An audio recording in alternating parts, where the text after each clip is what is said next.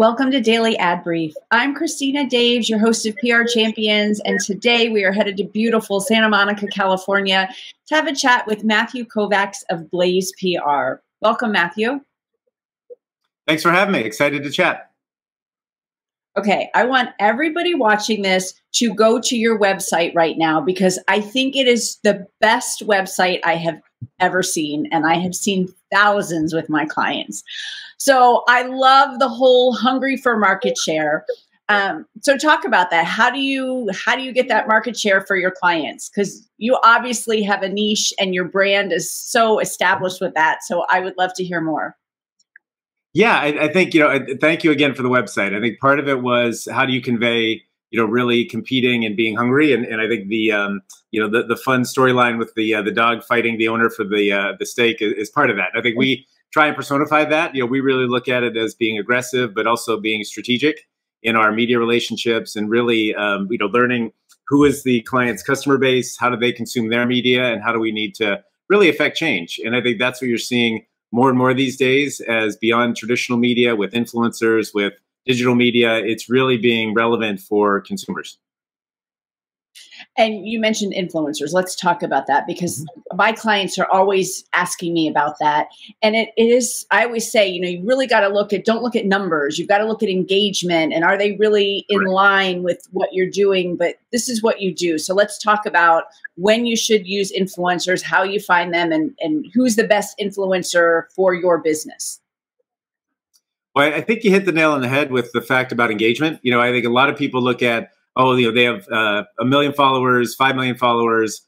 But when you look at the engagement numbers, and even relative to, obviously the numbers, you really can have with a lot of the micro, nano, and even upwards of, 500,000 followers, some better engagement numbers where you can really create opportunities. And I think, we look at it as it's never too early to start to engage with influencers.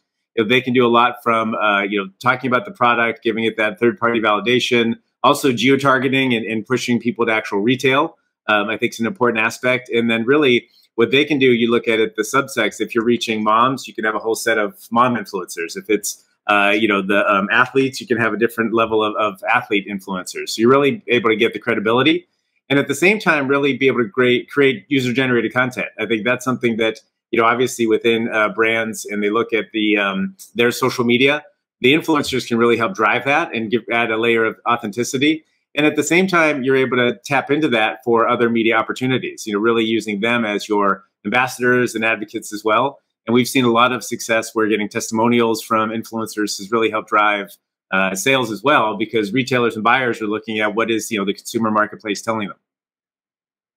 Yeah, I love that. And I like how you talked about kind of the micro influencer, because everyone thinks, oh, Beyonce, Kim Kardashian, and I heard, they charge like $1 million for a tweet, but you can find those mid-level influencers. So that's really, I'm glad you brought that up because that is really important. There are people who have bigger followings than you that might love what you're doing.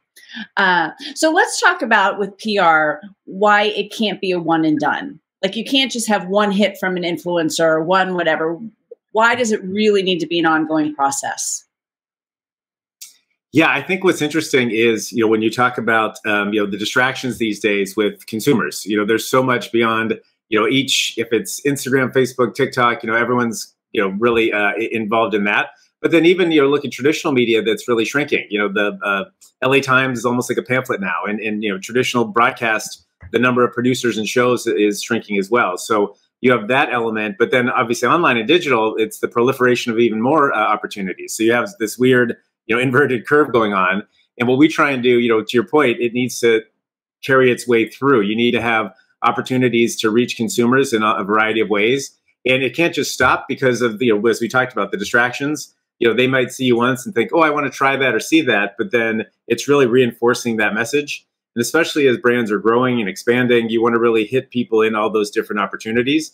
So they're able to see that, okay, this is not a, fly-by-night company or something that, they didn't make it. There's a lot of those perceptions that could happen. So it's really a way for you to ensure that type of opportunity keeps appearing.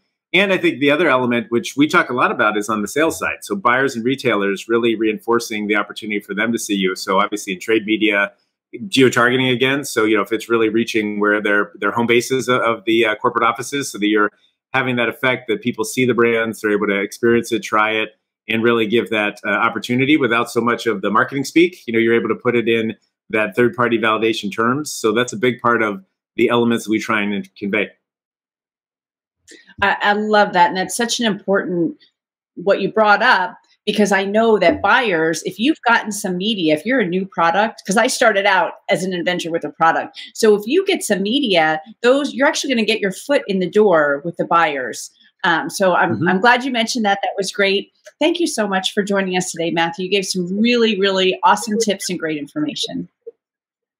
I appreciate it. Thanks again. And looking forward to, following you more. Great. Thanks. Same to you. All right. Take care.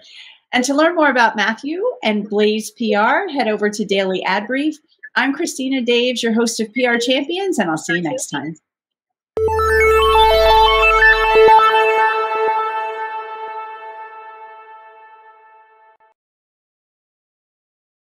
Simplify presents Addressable CTV, combining the power of TV with the targeting and attribution of digital.